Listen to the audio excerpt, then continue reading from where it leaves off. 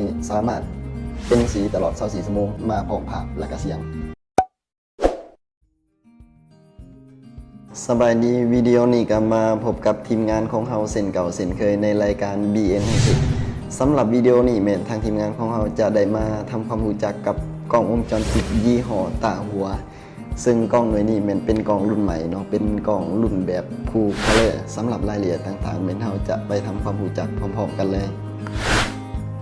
โอเคเนาะนี่ก็เป็นรูปลักษณ์ภายนอกของกล้องตัวนี้ก็คือเป็นกล้อง SDW1239 TP-LED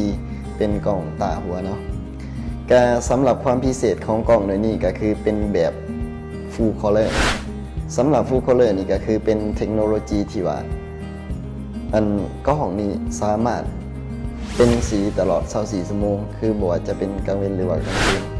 กล้องตัวนี้ก็ทำงานหรือว่าแสดงผลของภาพออกมาเป็นสีก็สำหรับกล้องหน่วยนี้เราจะมาแกะให้เบิ่งว่ารูปลักษณ์ภายในเป็นจังไดเนาะ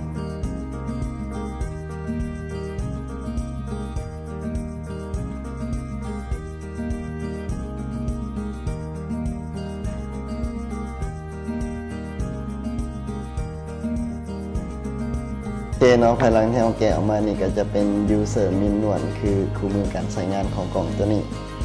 สำหรับกล้องหน่วยนี้ก็เป็นบอดี้เล็กเนาะ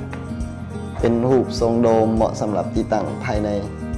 ห้องการหรือว่าสำนักงานต่างๆคือติดตั้งภายในเนาะติดตั้งภายนอกก็บ่เหมาะสมปานใดสำหรับรูปทรงนี้อันนี้ก็คือสามารถปรับได้เนาะว่าอยากปรับองศาของมุมภาพประมาณใดมีความละเอียดอยู่ที่2 ล้านเมกะพิกเซลสำหรับความละเอียดของกล้องตัวนี้อันนี้ก็จะเป็น IR ส่องสว่างในเวลากลางคืนคือตัวนี้จะเห็นเวียกเป็นอัตโนมัติเนาะถ้าว่ากลางคืนบ่มีแสงไฟแล้วตัวนี้จะทำงานเป็นตัวส่องสว่างให้กล้องของเราที่ว่าแสดงผลเป็นสีตลอด24ชั่วโมงและก็พิเศษกล้องตัวนี้ก็มีไมค์ติดมาพร้อมคือมาพร้อมภาพและก็เสียง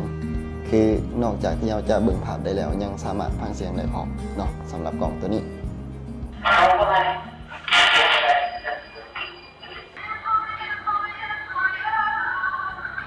โดยรวมแล้วสำหรับคุณสมบัติของกล้องตัวนี้ก็คือ1เป็นบอดี้เล็กสามารถกันน้ำกันฝุ่นได้และก็มีความละเอียดอยู่ที่2 ล้านเมกะพิกเซลเป็นเทคโนโลยีแบบ Full Color คือสามารถแสดงผลให้ภาพเป็นสีตลอดทั้ง24ชั่วโมงบ่ว่าจะเป็นกลางคืนหรือว่ากลางวันและก็สุดท้ายมาพร้อมภาพและเสียงคือนอกจากเราเบิ่งภาพได้แล้วเรายังสามารถฟังเสียงได้อีกพร้อม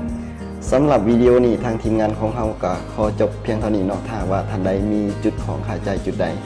ก็สามารถคอมเมนต์ได้อยู่ใต้คลิปทางทีมงานของพวกเรายินดีมาตอบทุกความเห็นเลยสำหรับมื้อนี้ขอกล่าวคำว่าสบายดี